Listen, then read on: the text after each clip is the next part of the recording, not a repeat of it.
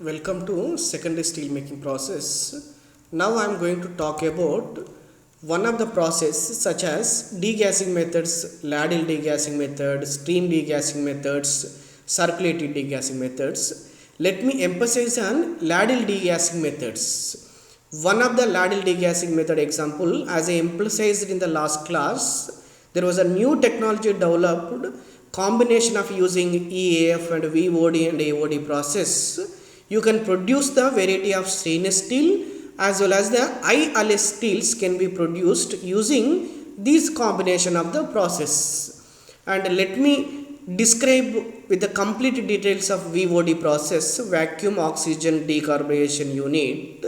Essentially for decarburization we use this particular VOD process, and you can achieve that particular molten metal charge from the EAF is added into a ladle molten metal. This is the molten metal, this is the slag layer, and this particular chamber is vacuum chamber where very low pressure is maintained.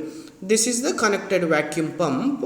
If some other allying additions at vacuum condition need to be added, there will be addition Hooper provision is provided, and from the top oxygen lancing is been happening, and from the bottom plug provided to the ladle you can send the inert gas so that you can achieve the carbon to very low level 0.7 to 0.8 percentage in the VOD units.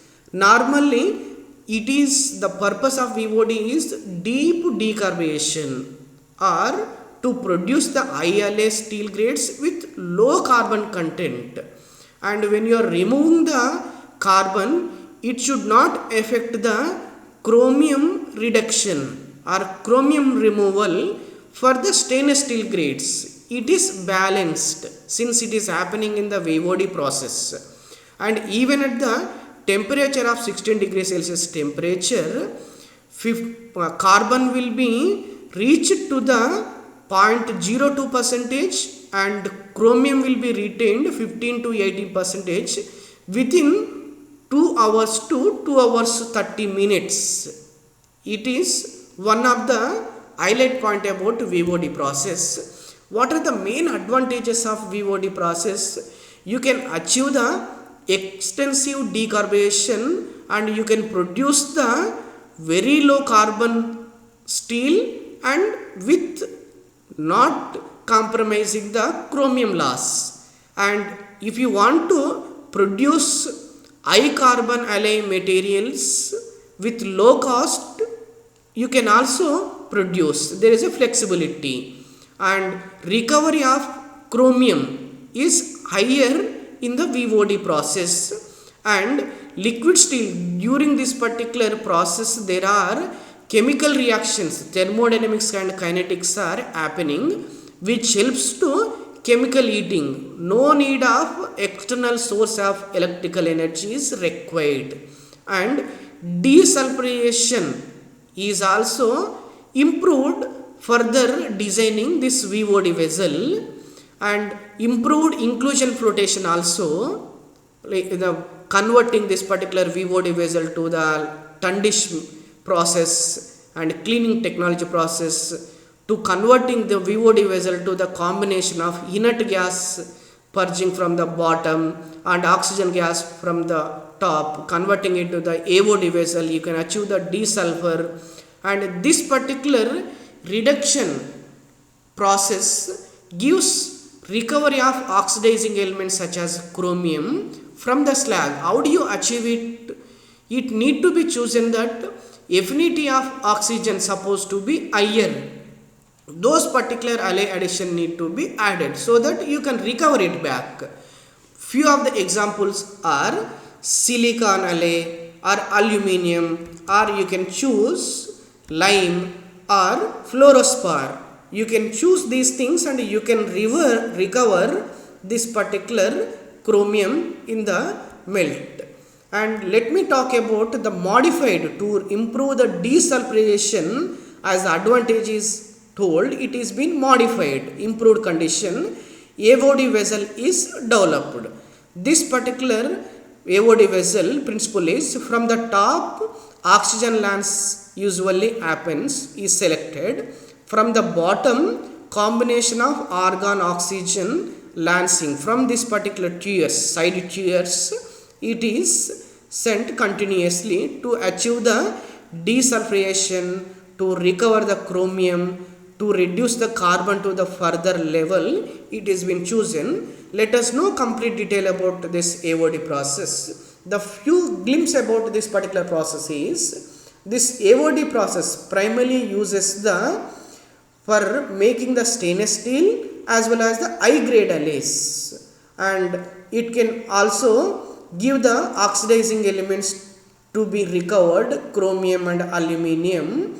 It can be used, and you can use the molten metal from EAF with iron, chromium and nickel carbon alloy and poured into the AOD vessel. You can recover back, you can increase the chromium content, you can add the nickel and nickel alloying additions, you can achieve the stainless steels. And this particular, the main steps in the AOD process is, the melt is charged into the AOD vessel and it is subjected to the further refining steps. The first step is decarburization to achieve the low carbon steels, and reduction where recovery of chromium will occur and removing the sulfur content and reducing the carbon level also. And third step is desulfurization.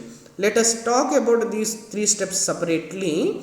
First thing is decarburization. Decarburization mainly controlled in AOD vessel by maintaining the ratio of oxygen lancing from the top and argon or nitrogen inert gas sending from the bottom of the tiers in the molten metal to remove the carbon content.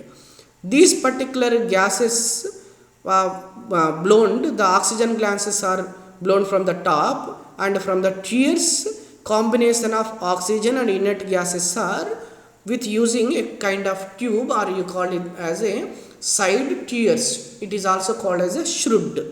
And in this particular blowing stage, what is the chemical reaction occur? In the first stage, within the melt bath which was taken from the EAF, there is a chromium in the bath, and as you are sending the oxygen from the top lance, it reacts, it gives Cr2O3. It goes to the slag stage, and further next reaction is this particular Cr2O3 react with carbon in the bath.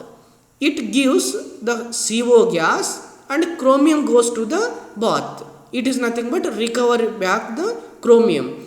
How does these particular things facilitates formation of this particular CO gas? The partial pressure of this particular environment supposed to be lowered. By lowering this particular inert gas partial pressure, you can allow to form CO, and burning further carbon increases at the end of the bath.